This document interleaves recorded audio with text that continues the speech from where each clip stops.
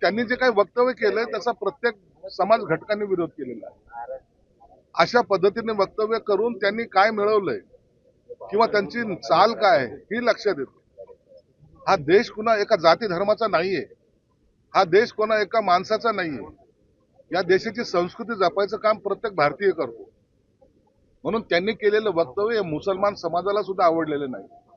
परंतु मस्ती आणि असलेली त्यांच्या असलेली गुरुमी हे आम्ही सर्वजण निश्चित काढू. त्याची चिंता आम्ही करत नाही.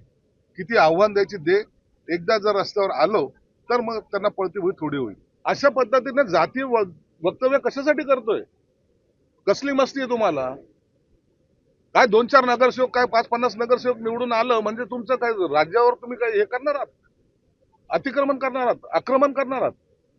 ही सर्व हैदराबादी चाल जी आहे ना ती आता सर्व भारतीय किंवा आपल्या महाराष्ट्रात सर्व जनतेला कळालेली आहे. असं वक्तव्य करून जाती धर्मामध्ये तेढ निर्माण तो करतोय आणि हे तेढ निर्माण करणं म्हणजे जातीमध्ये संघर्ष पेटवणं आहे. म्हणून त्याच्यासाठी प्रत्येकाने त्याचा विरोध केला पाहिजे आणि म्हणून आम्ही तर निश्चित करूच करू, परंतु संघर्ष करायची वेळ आली तर आम्ही संघर्षही करू.